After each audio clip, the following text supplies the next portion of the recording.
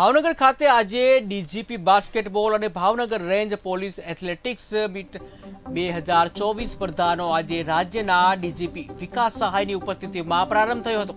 તો ભાવનગર રેન્જમાં જેમાં ભાવનગર, બોટાદ અને અમરેલીના 1293થી વધુ જવાનો આ સ્પર્ધામાં ભાગ લઈ રહ્યા છે.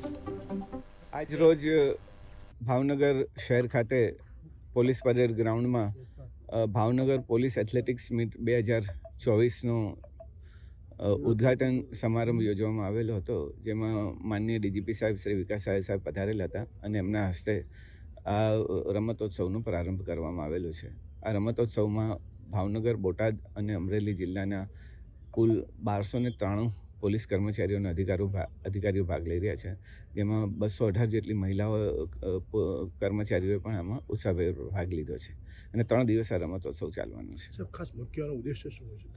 આનો ઉદ્દેશ્ય એ છે કે સ્પોર્ટ્સનું કલ્ચર એક વિકસે પોલીસમાં, અને સાથે સાથે કર્મચારીઓ અને અધિકારીઓ એક સાથે જો ગ્રાઉન્ડ પર રમતા હોય તો તે લોકોમાં સંઘ ભાવનાનો વિકાસ થાય અને સાથે સાથે જે કોમ્યુનિકેશન તેમનું વધતું હોય તો પોલીસિંગ માટે પણ